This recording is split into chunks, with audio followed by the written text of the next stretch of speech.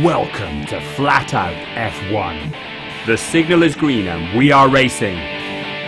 To build a high-performance cardboard racing car from scratch, we'll test the capabilities of any team to the limit. Clear leadership is essential, delegating sub-teams to construct individual components from blueprints. Effective communication is vital to ensure each interlocking component fits together. As the race approaches, the pressure builds. Speed and accuracy of execution are demanded against the clock. Creating the personalised branding of each car encourages flair and imagination.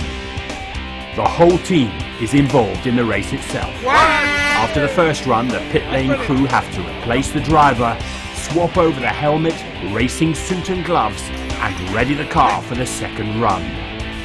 It's here, in the pit lane, where the race will usually be won or lost. The team that can devise the most efficient system and deliver together under pressure will take the checkered flag.